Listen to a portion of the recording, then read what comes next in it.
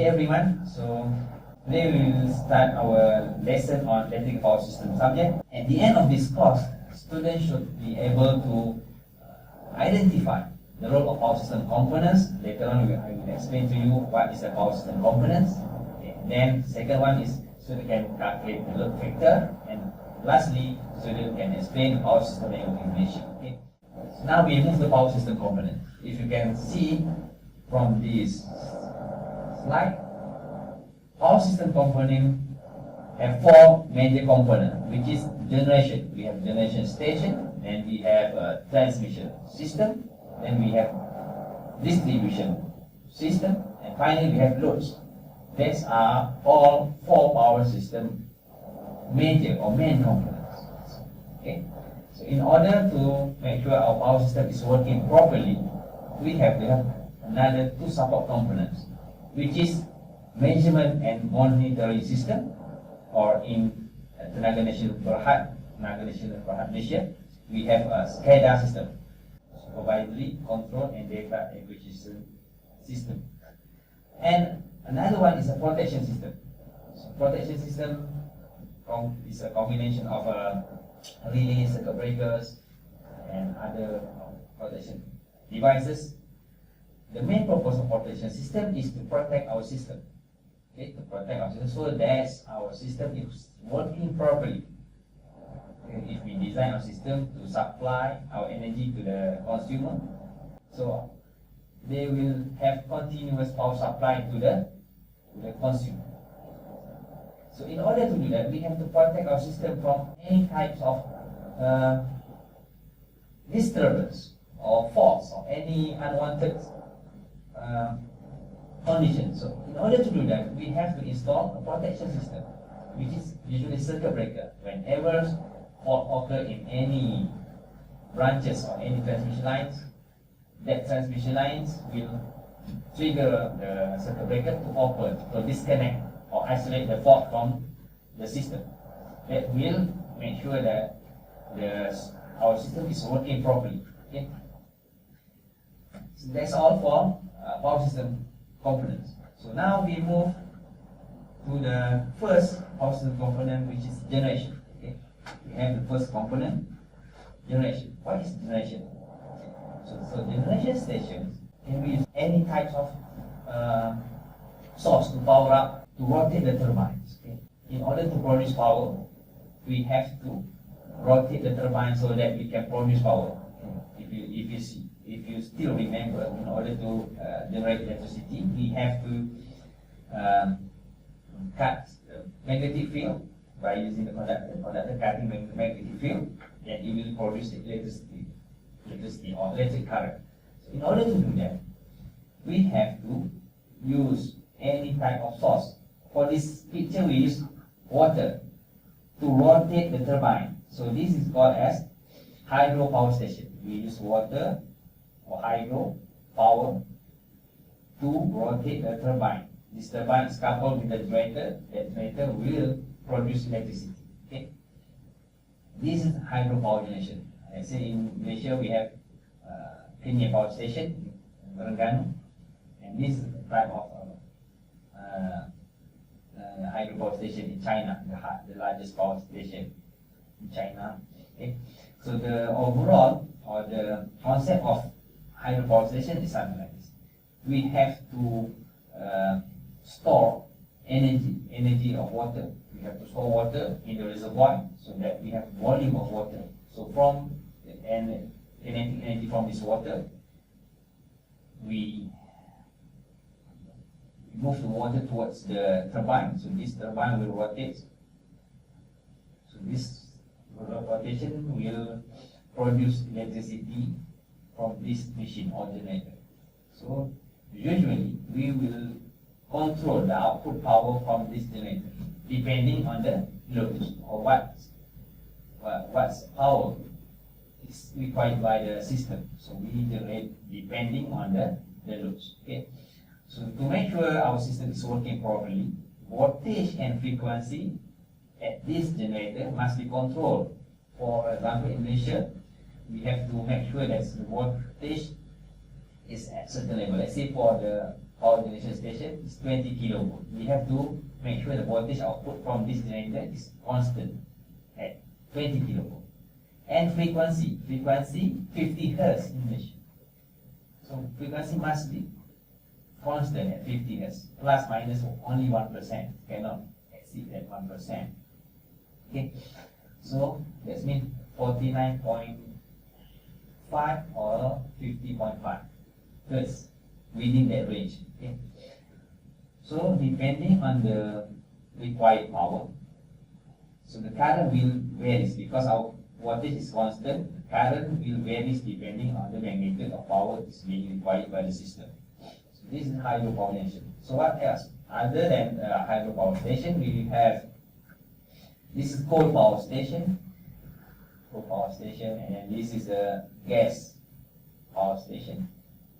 This is nuclear power station. The shape depending on the type of source is being used. So this is solar power station, wind turbine, and so on.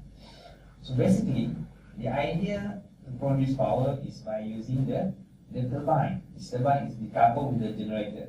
So the difference is only either we use coal. This one we use coal to power up or to heat up the water to produce the steam. This steam with high pressure steam will rotate the turbine. This turbine is coupled with the generator, so that when the turbine is rotating, then it will produce electricity by this generator.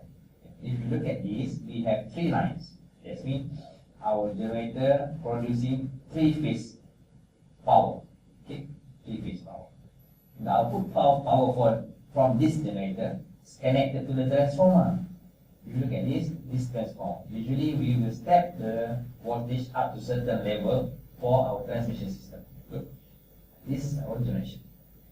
So the idea is we want to rotate the turbine. Either we use coal or we use gas. When we use coal, that means we are using steam. If we use gas, we use gas turbine. So this will rotate the generator, then the generator will produce the power. Okay. That's a power generation station. So the purpose of power generation to produce power. So from power that's being produced by the generation station, we have to convey, bring this power, connect this power to the load center. Usually the load is far away from the generation station. Okay. In order to bring this power to the generation, from the generation station to the load center, we will have a transmission system. Now we move to the second part of the main component, which is transmission system. Okay, if you can see, this is our transmission line towers. Usually you can see this beside the highway, substation and so on. We have towers. This is transmission line towers. We have transmission line towers and we have arm that connects from towers to towers. Okay, let's bring the transmission line from towers to towers, from the generation station to the load centers. Okay. The size of towers depending on the voltage level. If you can see from this picture, the size of towers depending on the voltage level. Let's say for the 45 kV transmission line tower, the size of tower may be 10 meters. When the transmission line voltage increases, size of tower also increases as well. It's up to 50 meters for 400 kV transmission line tower. Okay? Why? Because high voltage level, we have to separate the transmission line a little bit further.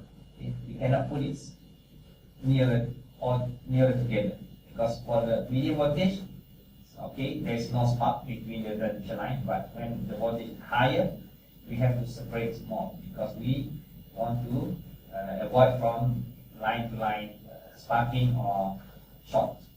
So what is the component of this transmission line tower? If you can see from this transmission line tower, we have many things. We have insulators, we have a jumper like this, we have tower arm and so on. So we go into the detail. What is a transmission line tower components? So So if you can see from here, this is transmission line towers. And then you can see we have 1, 2, 3, 4, 5, 6 arms. Phase A, phase B, phase C. This is 3 phase. Transmission line circuit 1, 3 phase, and we have another circuit. So we call it as a 3 phase double circuit transmission line. Phase A, B, C, A, B, C. Circuit 1, circuit 2. Then we have 3 phase double circuit transmission line. If we look closer, we can see that this is a transmission line tower arms. This arm, okay, and this cross arm here, to connect live wire from this side to this side, we have to use insulator. The purpose of this insulator is to isolate the live wire from this tower. We don't want this live wire touching this tower. Okay? If this live wire touching this tower, that means the short circuit will occur. Okay? So we want the current flow from this side of the transmission line to the other side of the transmission line. So we use this insulator just to hang this transmission line to the tower. That's why we call it as an insulator string. We want to make sure this line is tied to this tower without touching the towers itself. Okay. So these towers, this is a jumper to jump from this side to this side, to connect live wire from this side to this side without touching the transmission line towers. Okay, we call it the jumper. Okay, so if we can see from here, we have 2 wires. Let's say phase A, red, yellow. Each phases we have 2 wires, 2 conductors. We call it as a bundle. In power system transmission or in transmission line, usually we can use up to bundle of 4.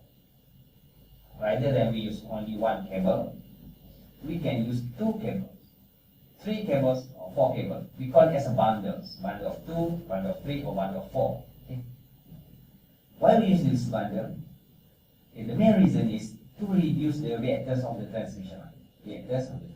Other than that, we can reduce the corona effects. We can reduce the interference to the radio frequency and so on. That's why we use a bundle. Okay. Now this is a bundle of 2, so we can make it a bundle of 3, something like this, or bundle of 4, something like this. Okay. So if you look at this, we can see that this is a cable. Although we can see like it's like a solid round conductor. Actually, the conductor is not solid round. Conductor is something like this.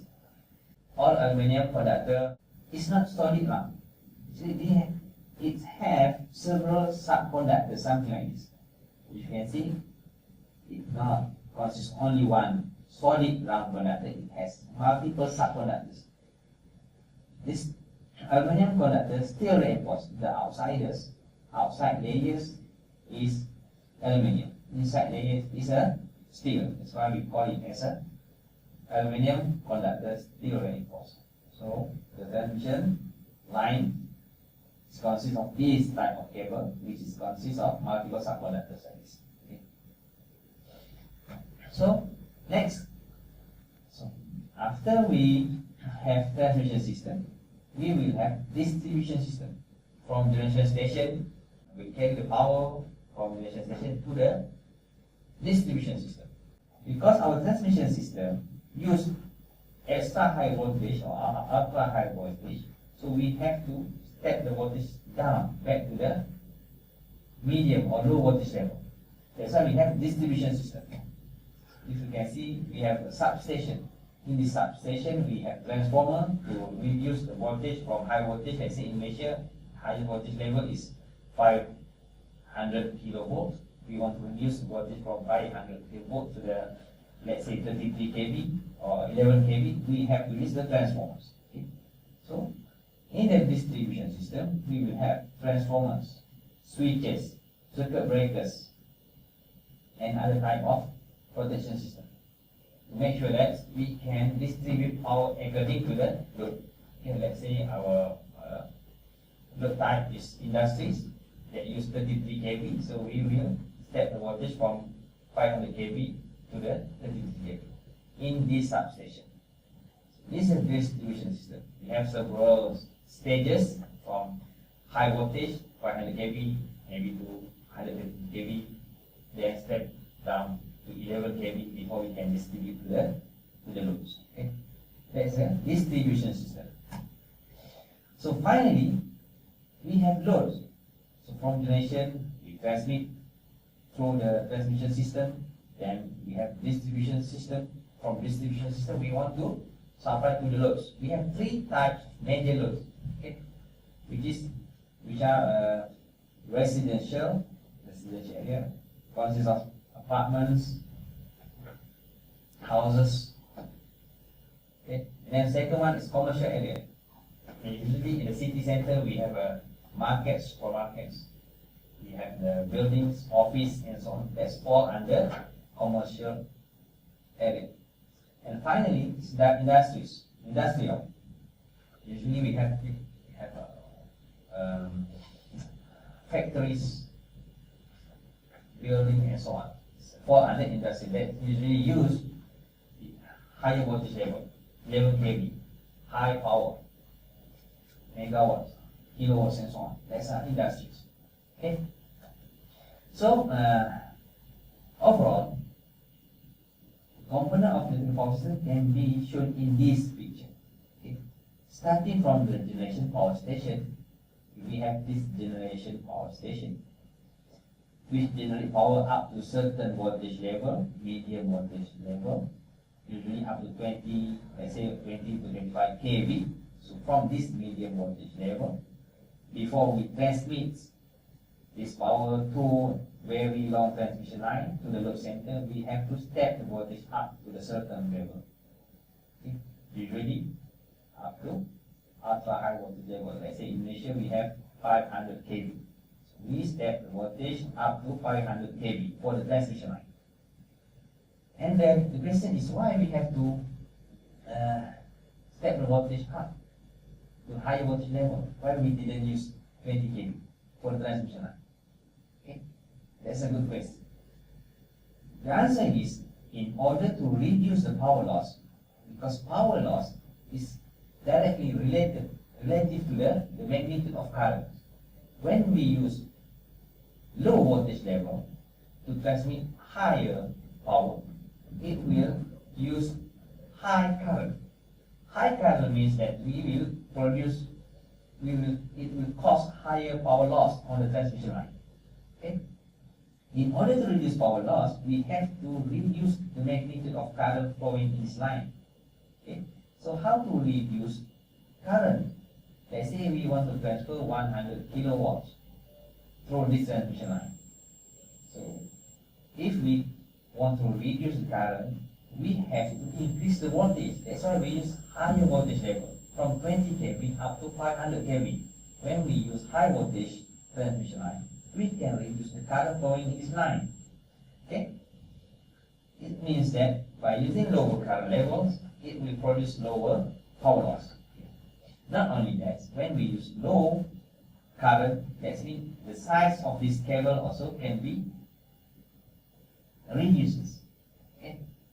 So we can use small cable size to transmit the same amount of power when we use high voltage as compared to when we use medium voltage level. So we have step up transformer over here. Step up transformer will step the voltage up to certain level. Higher voltage power line. Higher voltage power line. We have a substation. Okay. The substation. The focus of the substation is to step the voltage from higher voltage level to the lower voltage level, so that can be supplied to the loads. The first load is factories, it's industrial load. So maybe use 33 kV. So we cannot connect directly 500 kV to these factories, cannot. So we have to step the voltage down to the required voltage level by the industries. Let's say 33 kV, 22 kV, 11 kV, and so on. So, okay, is yes. And then from substation to connect to the residential area. Okay? Residential area. Yes. residential area, we use lower voltage level. Three-phase residential area is only 400 volts. So from 500 kV, we step down to 11 kV. From 11 kV, we step down to the 400 volt three-phase for the residential area. Okay. And then from the substation also, we connect to the city center, town, office, and so on. This is a commercial type of load. Okay. This load usually use the same voltage level as residential area. 400 volt three-phase. So 400 volts from 500 kV, so we have to step down 500 kV to 11 kV, from 11 kV to the 400 volts that can be used in the town center, office, market, and so on. Okay. And this is how power system is working. If we look at this picture, we have this power line with high voltage, and then we step down at this substation. If we look closely, we have this underground cable. Okay. Usually, to connect a substation to the factories, we use underground cables. Okay. Okay. As well as to connect from substation to the city centers. We never see the transmission line tower in the city center because of the security and safety reasons. We don't want anything to touch the transmission line. Okay. So use underground cable. We lay our cable underground to connect from the city center to the substation. That's why we have underground cable. This underground cable usually is a little bit expensive as compared to the overhead transmission line, because we have to have the cables with the insulator. We have to insulate the cable from the water underground. Okay. So it will cost more as compared to the transmission line. But for the safety reason, in the city center or town, we use underground cable. Okay. So if we put it constant component in the diagram, we can see that we have 4 stages. So from generation station, okay, we have power generation station.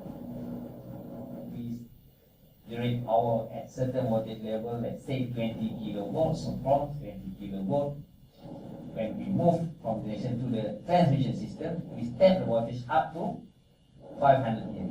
Okay, 500 kV. So this 500 kV is being used to reduce power loss. Okay, so we have voltage level for the transmission system in Malaysia: 66 kV, 132 kV, 275 kV, and 500 kV. Okay. So from this substation, we can step the voltage down before we enter the distribution system. So distribution system, usually we step voltage from higher voltage level to the low voltage level, which is maybe around 33 kV and 11 kV. At this substation, we step the voltage down to 33 kV or 11 kV. So in the distribution substation, we have transformers, circuit breakers, and so on. So furthermore, we can reduce this voltage to the lower voltage level depending on the type of loads. Finally, we have loads. If residential area, we use 400 volts. Okay. Commercial area, also 400 volts. For industry, maybe 11 kV. Okay. So to do that, we step the voltage down from this voltage level by using the step down transformer. Okay. So this is this power system diagram. So finally, the low voltage level at the residential area or commercial area is 400 volts for 3-phase or 230 volts for single phase. Okay. So I think that's all for today. I hope a student will get some knowledge on what is the power system all about, how power is being generated, distributed, or transmitted before it arrives at the load center. Okay? So, thank you for doing this class. See you next.